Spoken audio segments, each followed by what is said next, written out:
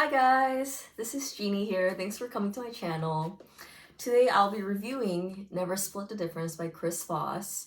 This has been the most useful sales slash negotiation book that I've read in the past 2 years, and I just want to share my favorite tips from this book with you. One of them I used to get a $178 refund on a plane ticket, and I'm pretty sure I wouldn't have gotten it otherwise. And I use some of the tactics here every single day with my friends, with my boyfriend, with my family, in order for me to understand them better and be more empathetic. Because essentially, every single interaction that we have with someone else is a negotiation. Whether you know every single interaction is us telling them that we want something from them.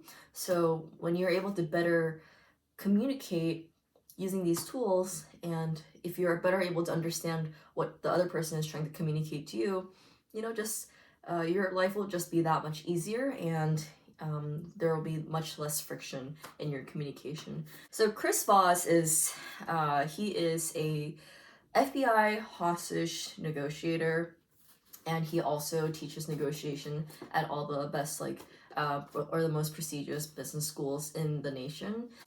Many times during negotiation, the common philosophy is to split the difference, right? But what I mean by that is people often try to compromise, and if we're to split a pie, you get half, I get half, or you get 3, I get 7. But Chris Voss actually shoots down that idea of splitting the difference. He says that whenever you split the difference, each side ends up just getting a bad taste in their mouths and kind of leave unsatisfied. So it's better to ask for what you want using these tactics in the book and get what you want. The most important tool that I learned from this book was called labeling. You label the other person's feeling, leading with "it seems like," or "it looks like," or "it sounds like." Negative feeling, when you label that person's feeling, for example, "it seems you're angry with me," or "it seems like you're annoyed," "it seems like you're a little frustrated," "it kind of looks like you're a little bogged down by this work." When you label their negative feelings, you can let the negative feelings kind of air out, and it won't be you're able to diffuse you're basically able to diffuse the negative feeling and the intensity of that feeling. I mentioned this in my previous videos. Everybody wants to be seen and everybody wants to be heard, but even though sometimes we're able to empathize, we don't exactly show our empathy. We just kind of think it in their head. We think it in our heads like, "Oh gosh, they must be going through a hard time." The other person across from you, they don't know that you're empathizing with them. They don't know that you understand what they're going through.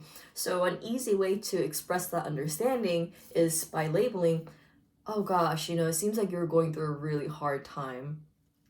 And that way you can they'll feel seen and they'll feel understood. And even if you're wrong, let's say they're not actually going through a hard time, they're just, tired from that day or whatever. It at least shows that you're making a step to understand them, and it opens up that dialogue. The next tip into negotiation, and I couple this with labeling, is you label an emotion. "It seems like you're upset." And then 2, I'll attach silence to that labeling. So at first, when I was trying out this tip, I would kind of get nervous about, or I would feel a little anxious about not continuing the conversation or having the conversation die down. So I would, ask a bunch of questions, right? Rapid questions that fill up time but also kind of strain the conversation and take away from its natural flow. So what you do is, and this might be hard for you at first, but you label and you sit and you let that other person explore what they're feeling and reveal that to you. I use this all the time because I'm not perfect and I screw up a lot. I make a lot of mistakes. But I use this in particular when I make a boneheaded mistake. Like when I make one of those real dumb mistakes that you're like, "Wow, I fucked up." In those cases, when you have something to apologize for, especially like a real dumb mistake, just go for it. Just go at it. Any variation of, "Look, I was an asshole. Look, I'm a dumbass. Any of those variations are fine. Just when you make a big mistake, just go at it. Just, just apologize immediately before you allow the other person to build up any resentment towards you for making that mistake.